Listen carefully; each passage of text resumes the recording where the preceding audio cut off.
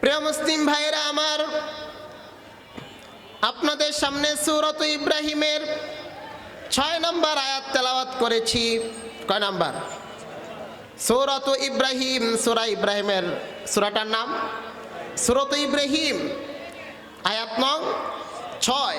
আল্লাহ তাআলা বলছেন, وَإِذْ قَالَ مُوسَى لِقَوْمِهِ اذْكُرُوا نِعْمَةَ اللَّهِ عَلَيْكُمْ إِذْ أَنْجَاكُمْ مِنْ آلِ فِرْعَوْنَ।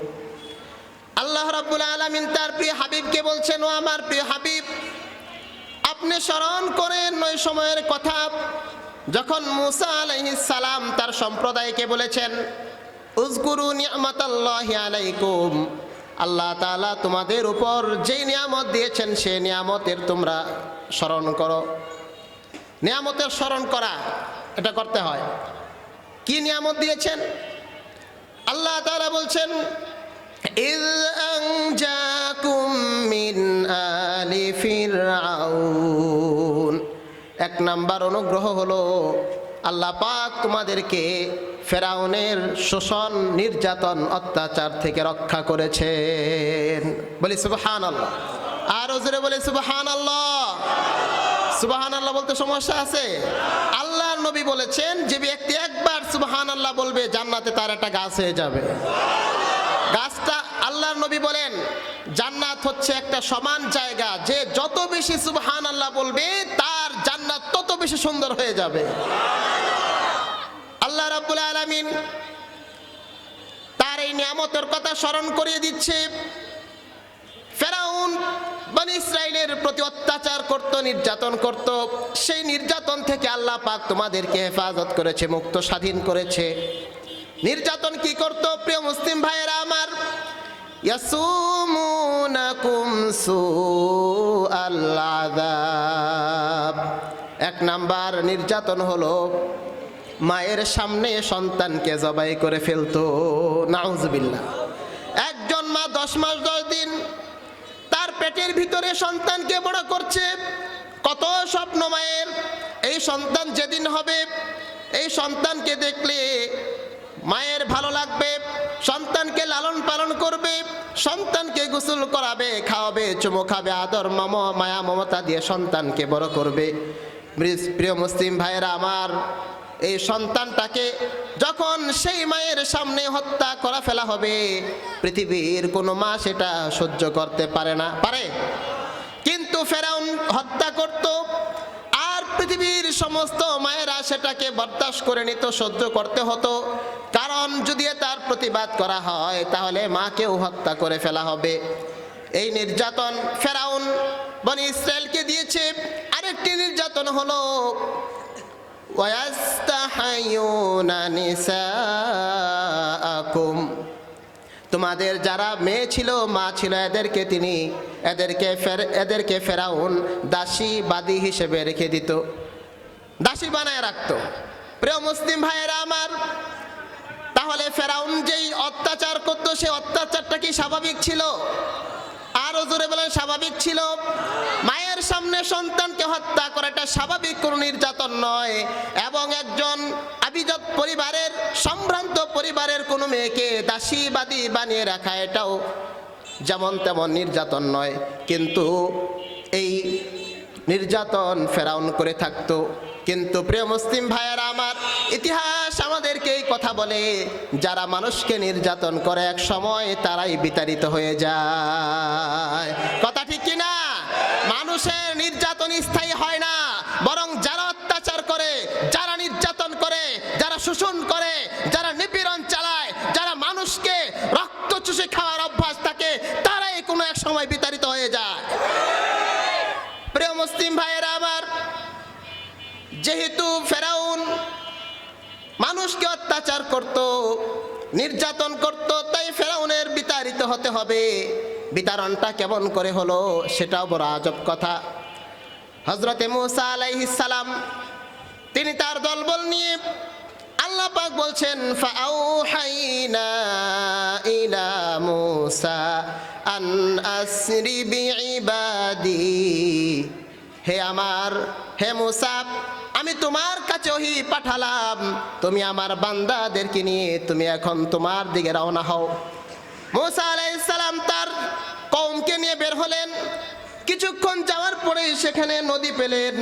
নদী পাওয়ার পরে সামনে নদী, এদিক দিয়ে ফালাম্মা তারাআল জামআনি ক্বালা আসহাবু মূসা ইন্না লামুদরাকুন। মূসা আলাইহিস সালামের উম্মতেরা দেখতে পেল সামনে হচ্ছে নদী আর পিছনে ফেরাউন ধাওয়া করছে। তখন তারা বলতে লাগলো, মূসা তুমি বলছো তোমার কথা শুনলে নাকি মুক্তি হবে, কিন্তু এ কেমন মুক্তি? সামনে হচ্ছে নদী, পিছনে হচ্ছে শত্রু ফেরাউন, সুতরাং এখন তো আমাদের মরা ছাড়া কোনো উপায় নাই। ইন্না লামুদরাকুন, নিশ্চয়ই আমরা ধরা পড়ে গেছি। আল্লাহ তাআলা কি বান্দাকে বিপদে ফেলান? মূসা আলাইহিস সালাম তিনি নবী, তার বিশ্বাস কি ছিল? তিনি বলছেন, কাল্লা ইন্না মাইয়া রব্বি সায়াহদিন, আমার রব যেহেতু আমাকে এই পথে আসতে বলেছেন, সুতরাং তোমরা চোখে বিপদ দেখলেও দেখতে পারো, আমি নবী বিশ্বাস করি এই বিপদের মুহূর্তেও আমার আল্লাহ আমাকে রক্ষা করবেন। হযরতে মূসা আলাইহিস সালাম বলছেন, কাল্লা ইন্না মাইয়া রব্বি সায়াহদিন, কখনো নয়, কখনো নয়, অবশ্যই আমার আল্লাহ আমাকে পথ দেখাবেন। পরে কি পথ দেখিয়েছিলেন? জানা আছে আপনাদের? কি পথ দেখিয়েছেন? কি পথ দেখাইছে? ফাআউহাইনা ইলা মূসা নিদরিব বিআসাকাল বাহর, আল্লাহ রাব্বুল আলামিন বললেন, মূসা তোমার হাতে যেই লাঠি আছে সেই লাঠি দিয়া তুমি সমুদ্রে আঘাত করো। প্রিয় মুসলিম ভাইয়েরা আমার, সুবহানাল্লাহ বলার জন্য প্রস্তুত হয়ে যান। হযরত মূসা আলাইহিস সালাম বাড়ি দেওয়ার সাথে সাথে ফানতালাকা মিনহা ফাকানা কুল্লু ফিরকিন কাত-তাউদিল আযীম। মূসা আলাইহিস সালাম বাড়ি দেওয়ার সাথে সাথে কোনো রাস্তা ছিল না, বরং বাড়ি দেওয়ার সাথে সাথে 12টা রাস্তা তৈরি হয়ে গেল। কে বাঁচান? কে বাঁচান? কে রক্ষা করেন? কে বিপদ থেকে উদ্ধার করেন? ভণ্ডপীর, দেওয়ানবাগী, আটরশি, তারপরে চন্দ্রপুরী, ফসি পাগলা, কে? সুতরাং আমাদের চাইতে হবে মাজারে না মসজিদে? পীরের কাছে নাকি আল্লাহর কাছে? ভণ্ড পীরের কাছে নাকি আল্লাহর কাছে?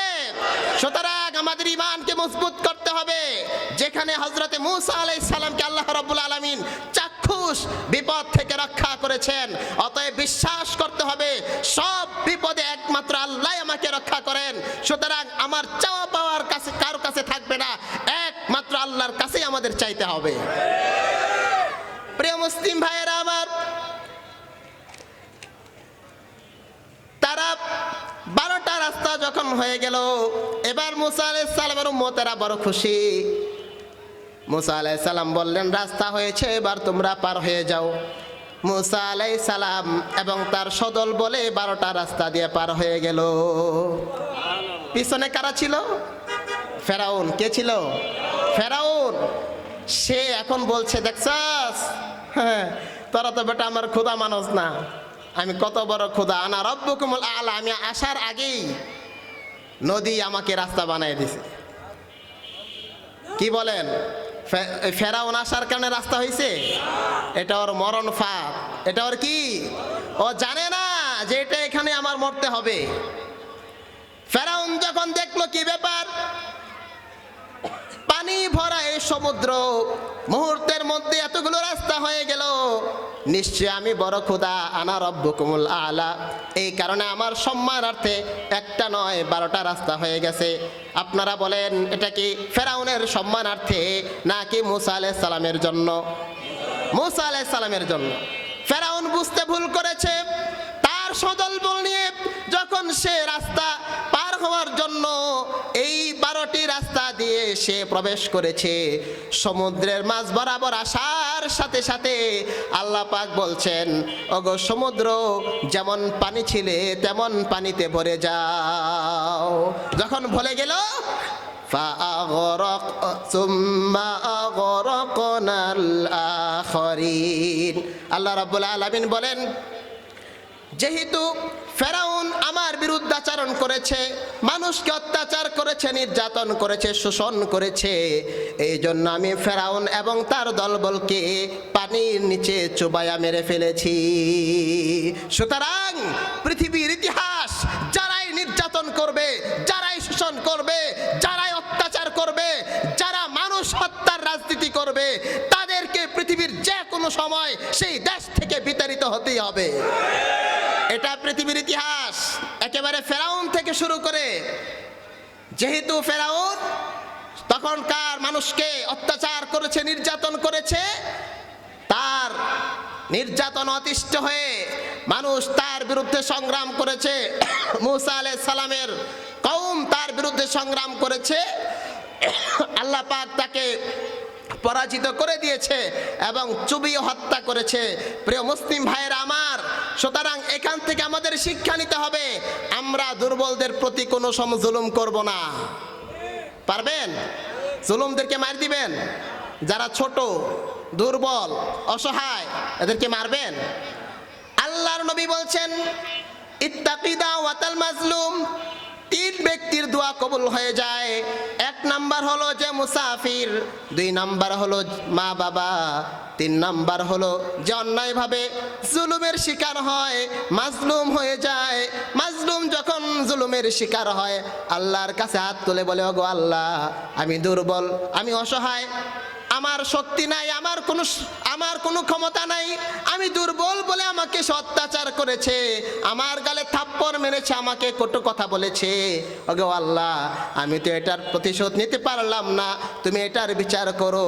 আল্লাহর নবী বলেন, এই মাজলুম যখন দোয়া করে তখন তার দোয়া আর আল্লাহর মাঝে কোনো পর্দা থাকে না, সরাসরি মাজলুমের দোয়া কবুল হয়ে যায়। সুতরাং মাজলুমকে, কোনো ব্যক্তিকে কোনো সময় জুলুম করা যাবে না। আমরা পড়ি এই কথা, যারা আগামীতে আমাদের দেশটাকে চালানোর স্বপ্ন দেখছেন, আগামীর বাংলাদেশে যারা ক্ষমতায় আসার স্বপ্ন দেখছেন, ফেরাউনের জীবন থেকে শিক্ষা গ্রহণ করুন। ফেরাউন যেমন অত্যাচার, শোষণ, নির্যাতন আর মানুষ হত্যার রাজনীতি করে যেমন টিকতে পারে নাই, আগামীর বাংলাদেশে যারা রাজনীতি করবেন তারাও যদি এই পথ অগ্রসর হন, আপনাদেরকেও বাংলাদেশের মানুষ বিতাড়িত করবে। সুতরাং রাজনীতি সাবধানে করবেন, রাজনীতি সাবধানে করবেন। এটা কি রাজনীতি কথা হচ্ছে না কোরআনের তাফসীর হচ্ছে? আল্লাহ তাআলা কেন বলছেন এগুলো? ফেরাউন কত আগের ঘটনা, কোরআনে এগুলো আমাদেরকে কেন বলছে? বলে এই কথা যে তোমরা এগুলো থেকে শিক্ষা নিবা। ইন্না ফি যালিকা লাআয়া ওয়া মা কানা আকসারুহুম মুমিনিন। আল্লাহ রাব্বুল আলামিন বলেন, প্রিয় মুসলিম শোনো, আমি মুসার কথা তোমাদের কোরআনে বলি, ফেরাউনের কথা তোমাদের কোরআনে বলি, হামান, কারুন, সাদ্দাত, পৃথিবীর সমস্ত শয়তান, স্বৈরাচার, অত্যাচারী বাদশার কথা তোমাদেরকে কোরআনে জানায় দেই। এর কারণ হচ্ছে ফালইয়াউমা নুনাজ্জিকা বিবাদানিকা লিতাকুনা লিমান খালফাকা আয়া। প্রিয় মুসলিম ভাইয়েরা আমার, আমি আপনাদেরকে জিজ্ঞাসা করি, ফেরাউনের ইন্তেকাল হয়েছে কিন্তু তার লাশ কি আজও দাফন হয়েছে? তার লাশ কি দাফন হয়েছে নাকি এখন আছে? কেন? কেন? আল্লাহ রাব্বুল আলামিন বলছেন, লিতাকুনা লিমান খালফাকা আয়া। আল্লাহ পাক বলেন, ফেরাউন, তোমাকে আমি সুটকি বানায় রাখবো কিয়ামত পর্যন্ত। পৃথিবীর সমস্ত স্বৈরাচারীরা যেন চিন্তা করে, যদি আমরা জুলুম করি, অত্যাচার করে, শোষণ করি, ফেরাউনের মতো পরিণাম আমাদের ভোগ করতে হবে, এই চিন্তা করে যেন পৃথিবীর সমস্ত স্বৈরাচার এগুলো থেকে বিরত থাকে। সুতরাং আমাদেরকে এখান থেকে শিক্ষা নিতে হবে। প্রিয় মুসলিম ভাইরা আমার, যেই কথাটা আমি বলছিলাম যে আল্লাহ রাব্বুল আলামিন মুক্তি দিয়েছেন কাকে? ফেরাউন, মুসা আলাইহিস সালাম এবং তার উম্মতকে। কার নির্যাতন থেকে?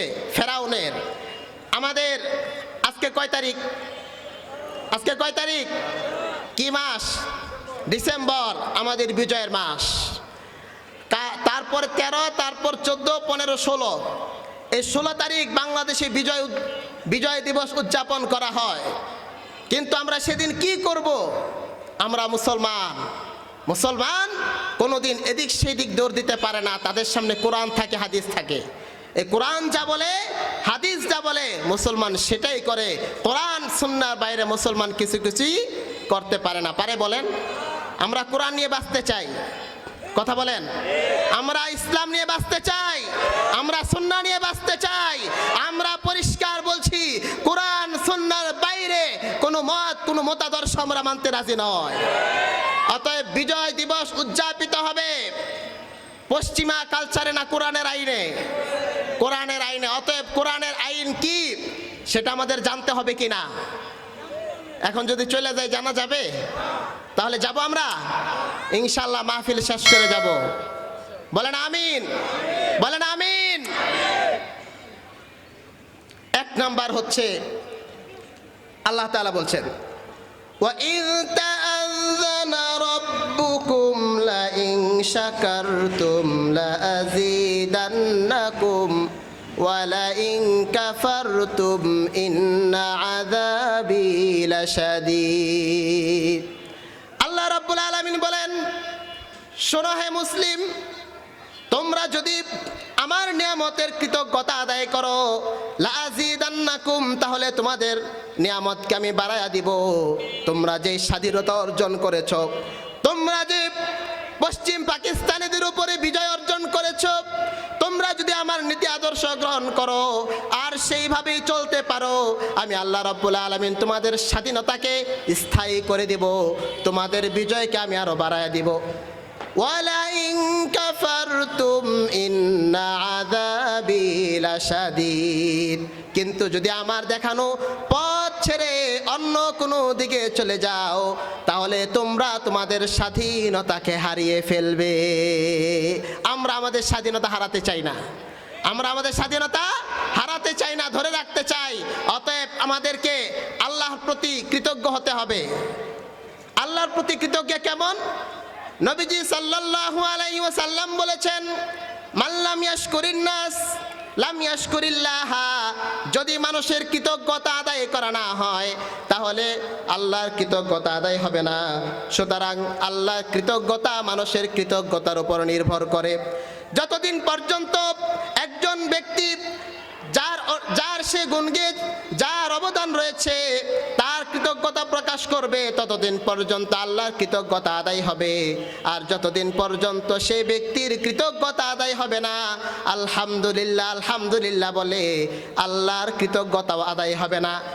প্রিয় মুসলিম ভাইরা আমার, যেহেতু আমাদের এই বাংলাদেশ লাখো শহীদের রক্তের বিনিময়ে, শত শত মা বোনের ইজ্জতের বিনিময়ে এই দেশ স্বাধীন করেছি, অতএব মা বোনদের প্রতি যাদের সতীত্ব সম্ভ্রমের বিনিময়ে দেশ আমরা স্বাধীন করেছি, তাদের জন্য দোয়া করতে হবে। এবং যে শহীদদের রক্তের বিনিময়ে এই দেশ আমরা পেয়েছি, তাদের জন্য দোয়া করতে হবে। এবং যারা সংগ্রাম করে আজও পর্যন্ত বেঁচে আছে মুক্তিযোদ্ধা হিসাবে, তাদের সুস্থতার জন্য দোয়া করতে হবে। প্রিয় মুসলিম ভাইয়েরা আমার, তাহলে তাদের কৃতজ্ঞতা কি হবে? এক নাম্বার হলো তাদের জন্য দোয়া করা। এক নাম্বার কি? তাদের জন্য দোয়া করা। কিন্তু বড় অবাক করা বিষয় হচ্ছে, আমরা যে দোয়া করলে পরে শহীদদের কবরে সওয়াব হবে, তাদের কবর আর মর্যাদা বেড়ে যাবে, সেই দোয়া ছেড়ে দিয়ে আমরা খ্রিস্টীয় কালচার যে সেখানে নীরবতার মতো আর কিছু ফুল কিনে তাদের কবর দিয়া দেই। আমি জিজ্ঞাসা করি, সেই ফুলের দোকান থেকে ফুল কিনে ফুলের তোড়া বানিয়ে শহীদদের কবরের উপর রাখলে কোনো লাভ হবে নাকি? কোনো লাভ হবে? শহীদদের জন্য 2টা জান্নাত হইব? কোনো লাভ হবে না। প্রিয় মুসলিম ভাইয়েরা আমার, এই বাংলাদেশটা স্বাধীন হয়েছে 1971 সনে। কিন্তু এই 1971 সনের থেকে, এই 1971 সনে স্বাধীন হয়েছে কোত্থেকে? পাকিস্তান থেকে। কোত্থেকে? এই পাকিস্তান হয়েছে কখন জানা আছে আপনাদের? এই পাকিস্তান হয়েছে যখন এই ভারত উপমহাদেশ থেকে ইংরেজ বাহিনীরা বিদায় নিয়েছে।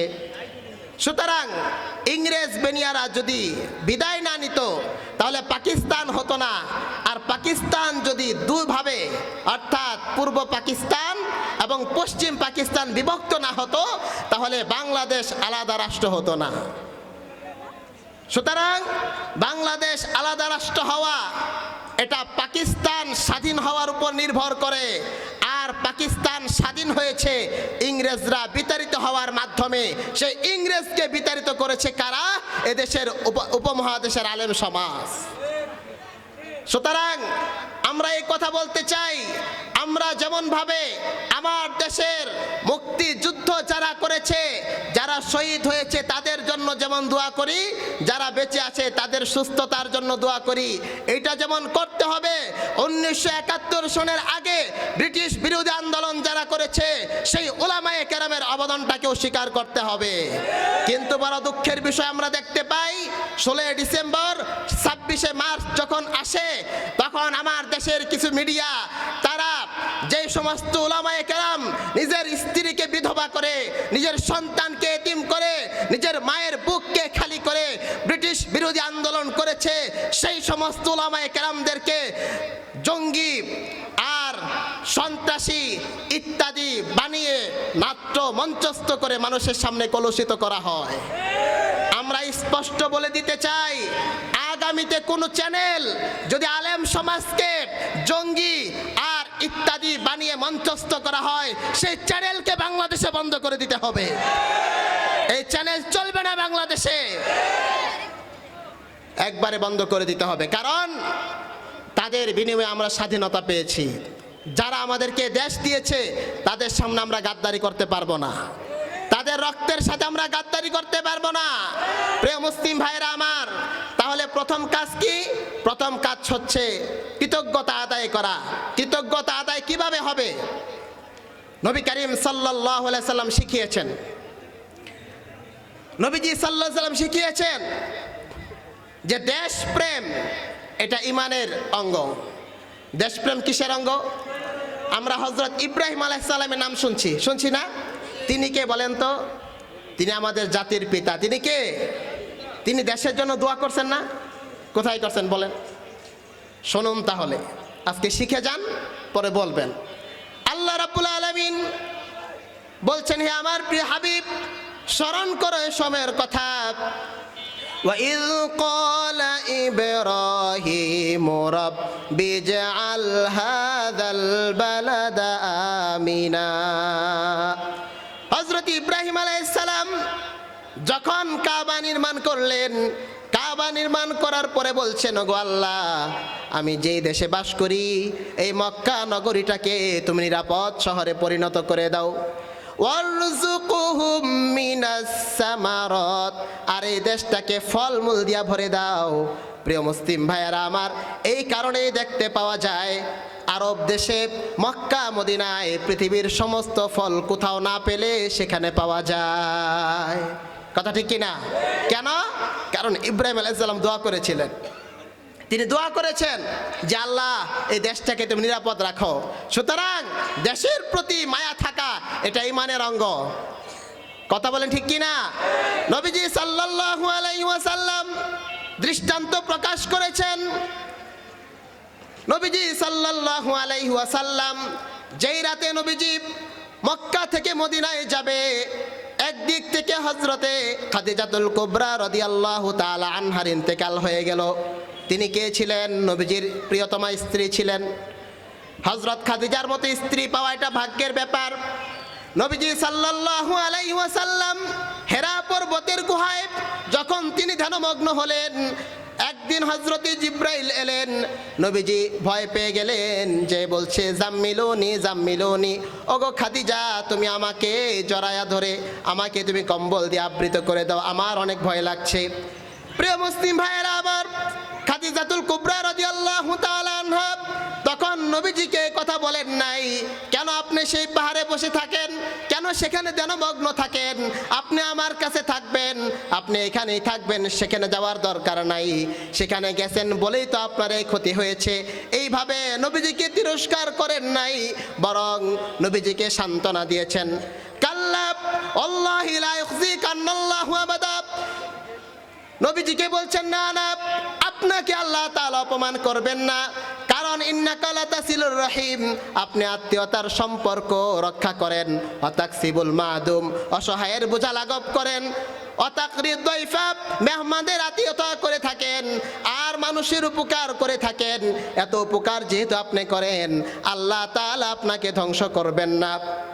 প্রিয় মুসলিম ভাইরা আমার, খাদিজাতুল কুবরা রাদিয়াল্লাহু তাআলা আনহা নবীজিকে ঘরের ভিতরে সান্ত্বনা দিতেন।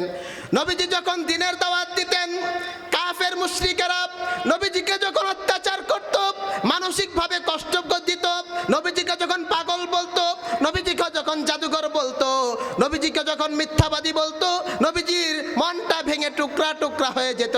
নবীজি কষ্ট পেতেন, মন খারাপ অবস্থায় ঘরে আসতেন। খাদিজা বলতেন, ওগো নবীজি, আপনি কেন মন খারাপ করে আছেন?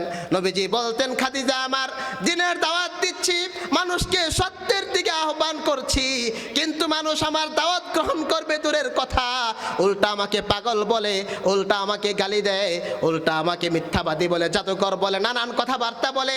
ওগো খাদিজা, আমার কষ্ট লাগে। আম্মা জান খাদিজা বলেন, ওগো নবীজি, কষ্ট পাবেন না, আজ নয় কাল আপনার দিনটাই প্রতিষ্ঠা হবে, ঠিক কিনা? তারপরে আমাদের নবীর দিন প্রতিষ্ঠা হয়েছে কিনা? সমস্ত ইহুদিবাদ মুশরিকের পতন হয়েছে, ইসলামের পতাকা 8ম হিজরিতে মদিনার মাটিতে উত্তীর্ণ হয়েছে। তাহলে খাদিজাতুল কুবরা রাদিয়াল্লাহু তাআলা আনহা তিনি নবীজিকে ঘরে সান্ত্বনা দিতেন আর বাইরে সান্ত্বনা দিতেন। কে বলেন? খাজা আবু তালেব। নবীজির চাচার নাম কি? নবীজির দাদার নাম কি? নবীজির বাবার নাম কি? নবীজির নানার নাম কি? নবীজির নাম কি? বলেন মুহাম্মদ। আমাদের নবীজির নাম কি? নবীজির আব্বার নাম আব্দুল্লাহ। বলেন আব্দুল্লাহ। নবীজির দাদার নাম আব্দুল মুত্তালিব। নবীজির চাচার নাম আবু তালেব। নবীজির মায়ের নাম আমেনা। নবীজির নানার নাম ওয়াহাব। কি? ওয়াহাব। তাহলে নবীজি সাল্লাল্লাহু আলাইহি ওয়াসাল্লামের ভিতরে সান্ত্বনা দিতেন আম্মাজান খাদিজাতুল কুবরা রাদিয়াল্লাহু তাআলা আনহা, আর বাইরে থেকে যিনি রক্ষা করতেন তিনি হচ্ছেন নবীজির চাচা আবু তালেব। খাদিজার ইন্তেকাল হয়ে গেল, নবীজির মনে বড় দুঃখ। যেই মানুষটি আমাকে সব থেকে বেশি ঘরে সান্ত্বনা দিত, আমার খাবার দাবারের প্রতি লক্ষ্য রাখতো, আমার ওষুধপত্রের প্রতি লক্ষ্য রাখতো, আমি সুস্থ আছি নাকি অসুস্থ হয়ে পড়ছি সেদিকে লক্ষ্য রাখতো, আমি যখন যন্ত্রণায় থাকতাম আমাকে যে মানুষটা প্রশান্তি দিত, সান্ত্বনা দিত, সেই খাদিজা চলে গেছে। এর কিছুদিন পর আবু তালেবের ইন্তেকাল হয়ে গেল। এবার মক্কার লোকেরা বলছে, আবু তালেব যেহেতু চলে গেছে, এখন মুহাম্মদকে হত্যা করা যাবে। প্রিয় মুসলিম ভাইয়েরা আমার, মক্কা এখন আর নবীজির জন্য নিরাপদ নয়।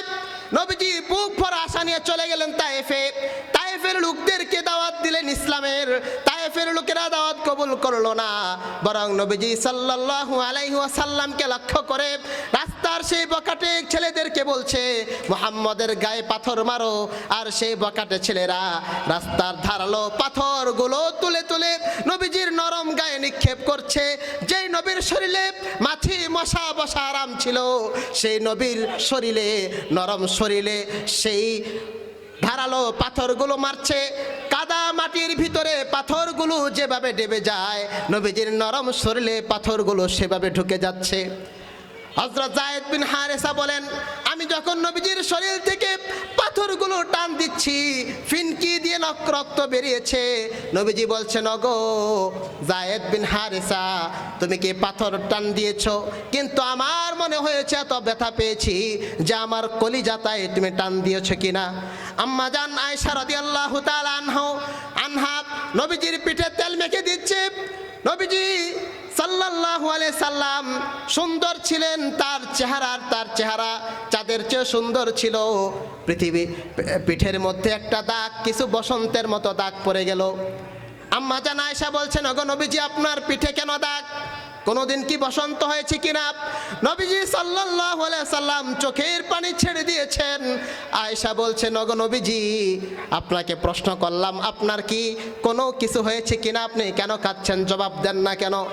নবীজি সাল্লাল্লাহু আলাইহি সাল্লাম বলেন, আয়েশা শোনো, এগুলো আমার বসন্তের দাগ নয়। দিনের দাওয়াত নিয়ে যখন আমি মক্কা থেকে তায়েফে চলে গেছি, তায়েফের লোকেরা আমাকে গ্রহণ করে নাই, বরং তায়েফের লোকেরা আমার পিঠে পাথর নিক্ষেপ করেছে। সেই পাথর এত বেশি আঘাত হয়েছে, সেই আঘাতের দাগ এখনো পর্যন্ত মুছে যায় নাই। নবীজি সাল্লাল্লাহু আলাইহি সাল্লাম এত কষ্ট যখন করেছেন, তখন আল্লাহ রাব্বুল আলামিন বলছেন, ও আমার প্রিয় হাবিব, এখন আর মক্কায় থাকা আপনার জন্য নিরাপদ নয়, আপনাকে এখন যেতে হবে মদিনায়। কোথায় যেতে হবে? মদিনায়। দেশপ্রেম কাকে বলে? তখন কি হয়েছিল আপনার কি জানি?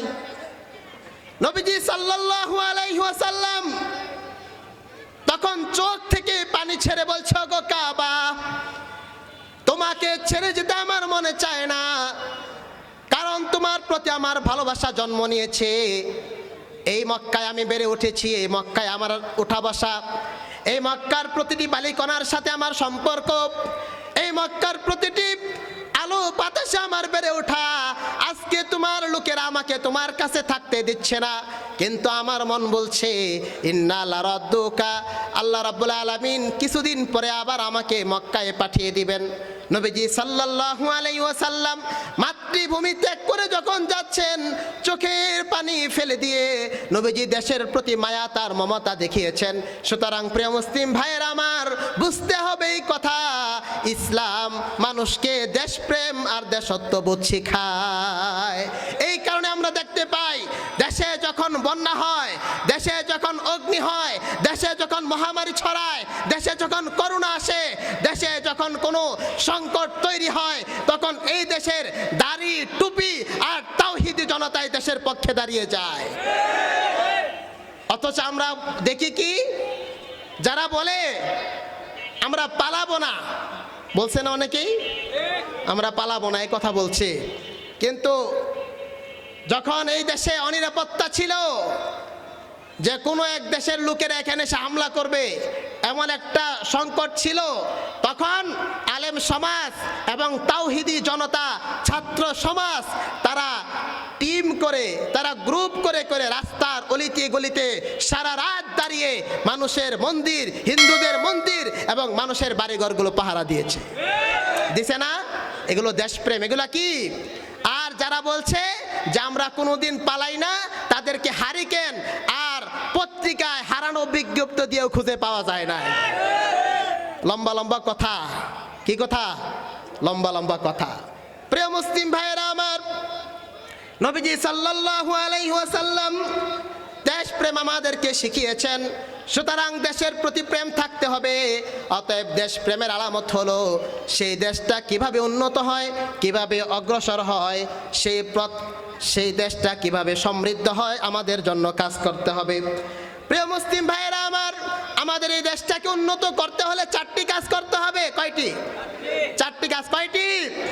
1 নম্বর হলো আল্লাযীনা ইম্মাক্কান্নাহুম ফিল আরদি আকামুস সালাতা ওয়া আতুজ যাকাতা ওয়া আমারু বিল মা'রুফি ওয়া নাহাউ আনিল মুনকার ওয়ালিল্লাহি আকিবাতুল উমুর।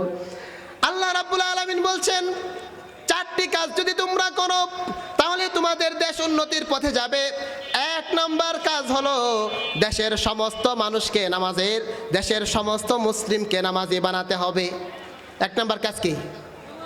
নামাজি বানাতে হবে। কেন? কারণ হচ্ছে আল্লাহর নবী বলছেন, আনতা বুদাল্লাহ কান্নাকা তারাহু ফাইল্লাম তাকুন তারাহু ফাইন্নাহু ইয়ারাক। আল্লাহর নবী বলছেন, তুমি নামাজ এইভাবে পড়বা, আল্লাহ পাক যেন তোমাকে দেখছেন। আমি দাঁড়িয়েছি আল্লাহর সামনে, আমার ভিতরে যখন ব্যবসার চিন্তা আসবে, পরক্ষণে আবার চিন্তা করতে হবে আল্লাহ পাক আমাকে দেখছেন। আবার আমি নামাজের মধ্যে আসলাম, আমি সূরা শুনছি, আমার মন অন্যদিকে চলে গেছে, আবার চিন্তা করতে হবে আমি আল্লাহর সামনে দাঁড়িয়েছি। রুকুতে যখন যাব আমাকে চিন্তা করতে হবে আমি আল্লাহর সামনে দাঁড়িয়েছি। রুকু থেকে যখন দাঁড়াবো তখন চিন্তা করতে হবে আমি নামাজের মধ্যে আছি। আবার যখন সেজদায় যাব তখনও চিন্তা করব আমি নামাজের মধ্যে আছি। সেজদা থেকে যখন উঠে বসবো তখনও চিন্তা করব আমি নামাজের মধ্যে আছি, আল্লাহর সামনে দাঁড়িয়েছি। এইভাবে একটা মানুষ দিনে 5 বার যদি 5 ওয়াক্ত নামাজের মধ্যে আল্লাহ রাব্বুল আলামিন আমাকে দেখছেন, আল্লাহর সামনে আমি দাঁড়িয়েছি, এই চিন্তা যখন একটা মানুষের ভিতরে তৈরি হয়ে যাবে, প্রিয় মুসলিম ভাইয়েরা আমার দুনিয়ার ব্যবস্থাটা কেমন? যদি কেউ চিন্তা করে যে আমি একটি সিসি ক্যামেরার ভিতরে আছি, আমি কি করছি, আমি কি ঘুমিয়ে আছি নাকি তাকিয়ে আছি, আমি কি লিখছি নাকি বসে আছি, আমি কি করছি না করছি, আমাকে প্রত্যেক মুহূর্তে মনিটরিং করা হচ্ছে, এমন যদি কোনো ব্যক্তি চিন্তা করে সেই ব্যক্তির দ্বারা দুর্নীতি হবে? হবে কেন? তার ভিতরে কি চিন্তা আছে যে আমাকে তো মনিটরিং করা হচ্ছে, প্রত্যেক মুহূর্তে আমাকে দেখছে সিসিটিভিতে আমি কি করি, অতএব চুরি করা যাবে না। কথা ঠিক না? দুর্নীতি করা যাবে না, কালোবাজারি করা যাবে না, সাইন দিয়ে দেশটাকে অন্য কারো হাতে তুলে দেওয়া যাবে না। প্রিয় মুসলিম ভাইয়েরা আমার, এই জন্য আল্লাহ রাব্বুল আলামিন বলছেন একজন মানুষ যখন 5 ওয়াক্ত নামাজে এই চিন্তা নিয়ে পড়বে যে আমি আল্লাহর সামনে দাঁড়িয়ে আছি, এই চিন্তাটা নামাজের পরে তখন তার মাথার ভিতরে সেট হয়ে যাবে। যখন সে ব্যবসা করতে আসবে, ব্যবসায় যখন কম দিতে চাইবে, তখন তার পরক্ষণে মনে হয়ে যাবে একটু আগেই তো আমি চর্চা করে এসেছি যে আমি আল্লাহর সামনে, এখন আমি ব্যবসা করছি, এখন আমি আল্লাহর সামনে আছি, অতএব আল্লাহর সামনে ভেজাল করা যাবে না। কথা ঠিক কিনা? যে চাকরিজীবী সে চিন্তা করবে বাস হয়তো আমাকে দেখছেন না, কিন্তু আমার মালিক আমাকে দেখছেন, অতএব কাজে ফাঁকি দেওয়া যাবে না। প্রিয় মুসলিম ভাইয়েরা আমার, আল্লাহ রাব্বুল আলামিন বলেছেন নামাজের মাধ্যমে তোমাদের ভিতরে একটা চিন্তা তৈরি হবে, সেই চিন্তাটা হলো প্রত্যেক মুহূর্তে আমি আল্লাহর সামনে আছি, অতএব আমাকে উল্টা পাল্টা কিছু করা যাবে না। এইভাবে যখন দেশের প্রতিটি ব্যক্তি নামাজি হয়ে যাবে, তখন সেই দেশে আর দুর্নীতি থাকবে না।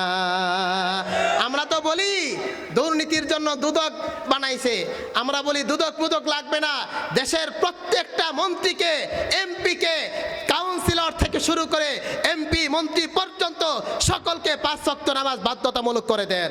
দেশের দুর্নীতি বন্ধ হয়ে যাবে, দেশের চুরি বন্ধ হয়ে যাবে, ভোট ডাকাতি বন্ধ হয়ে যাবে, ব্যাংক ডাকাতি বন্ধ হয়ে যাবে, সন্ত্রাসী বন্ধ হয়ে যাবে, চুরি, জিনা, হত্যা, সন্ত্রাস বন্ধ হয়ে যাবে।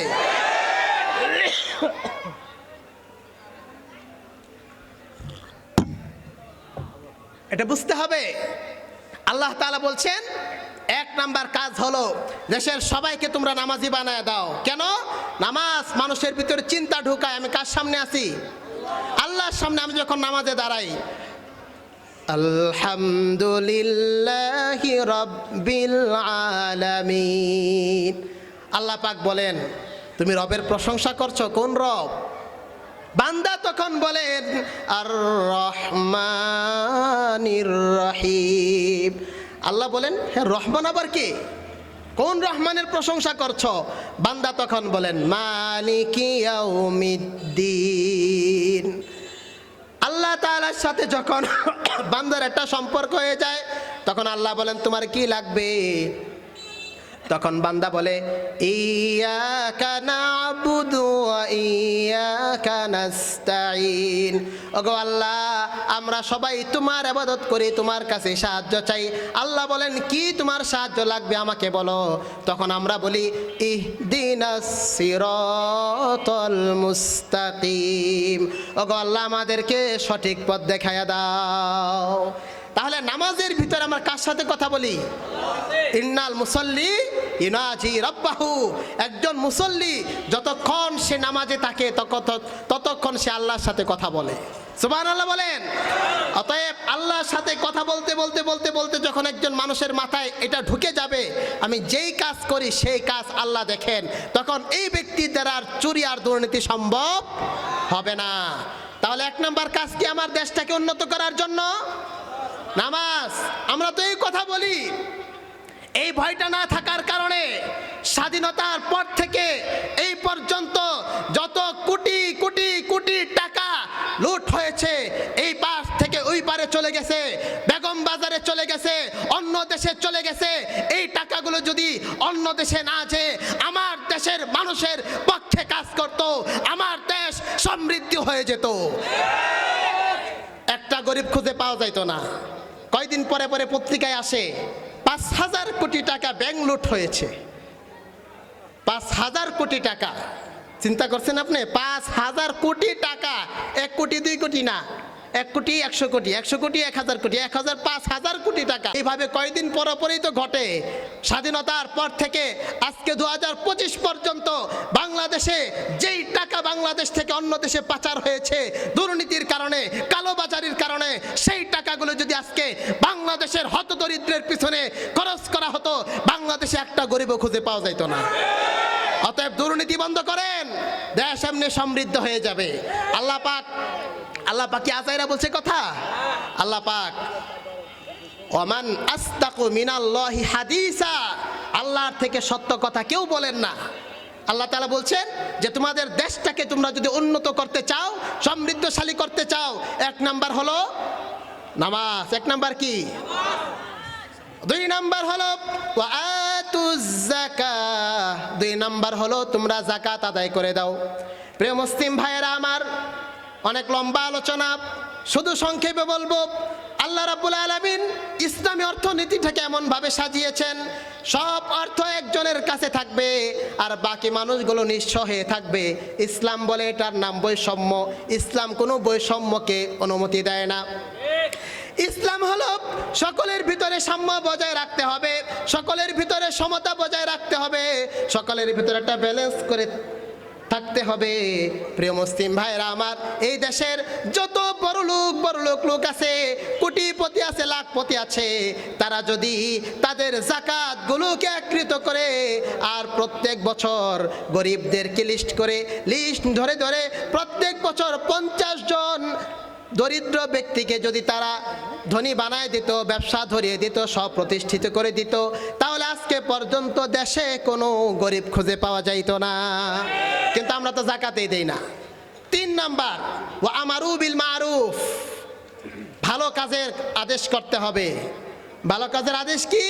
তাফসীর মাহফিলগুলো বন্ধ করে দাও। কথা ঠিক না? যেখানে মাহফিল হবে সেখানে 144 ধারা জারি করতে হবে। এটার নাম ভালো কাজ? আমরা বলি যারা তাফসীর মাহফিলে 144 ধারা জারি করেন তাদের জন্য আল্লাহ পাক জান্নাতে 144 ধারা জারি করে দেবে। জান্নাতে ঢুকতে হইব না, তখন লাগে লেখা থাকবো তোদের জন্য জান্নাতে 144 ধারা যাবি, শেষ, গেচাং ফু। 4 নাম্বার হচ্ছে অসৎ কাজ থেকে বিরত থাকতে হবে, বিরত রাখতে হবে। আমার দেশে সন্ত্রাসী হয়, কথা ঠিক কিনা? আমার সমাজে নেশা হয়, কথা ঠিক কিনা?